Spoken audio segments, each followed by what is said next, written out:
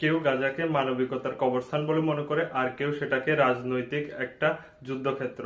Gaza, Israel আর Hamas, ওরা সবাই একটা নিজস্ব সত্য আছে, আর এই সত্যের দাম দিচ্ছে নিরীহ সাধারণ মানুষ।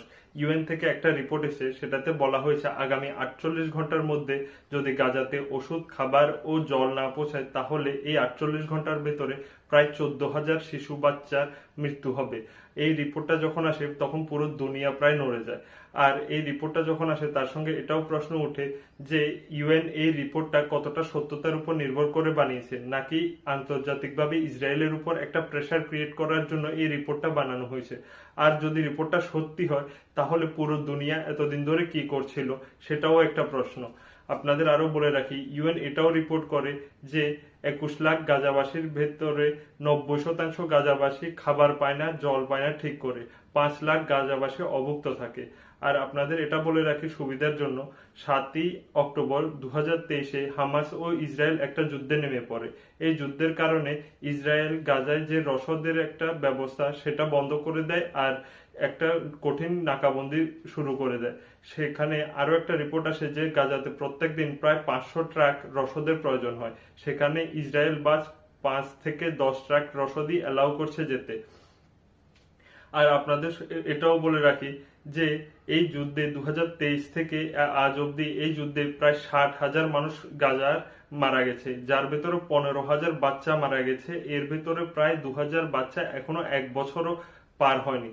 আর এরকম নয় যে শুধুমাত্র গাজাতে মানুষ মারা যাচ্ছে, ইসরায়েলেও মানুষ মারা গেছে। প্রায় 1,726 জন মানুষ ইসরায়েলে মারা গেছে, আর 250 জন ইসরায়েলি এখনো হামাসের কাছে বন্দী।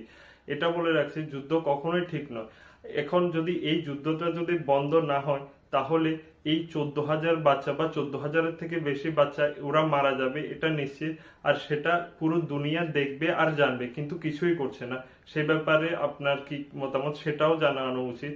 আর এটা বলে রাখি যে বাচ্চা যে ধর্মেরই হোক, সেটা ওরা নিরীহ আর নির্দোষ থাকে, ওদের কোনো দোষ থাকে না। ওদের মেরে আপনারা যুদ্ধকে কোনোভাবেই জাস্টিফাই তো করতেই পারেন না।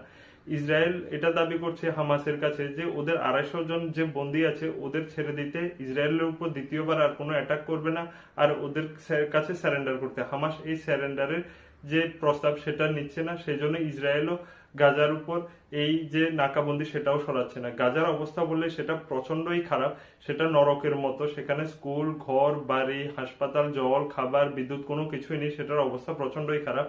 আর এই যে 14,000 হোক আর 1 বছর হোক আর 48 ঘন্টা হোক বাচ্চা মারা যাবে, সেটা আমরা সবাই জানি, দুনিয়া জানবে, কিন্তু কেউ কোনো কিছু করছে না।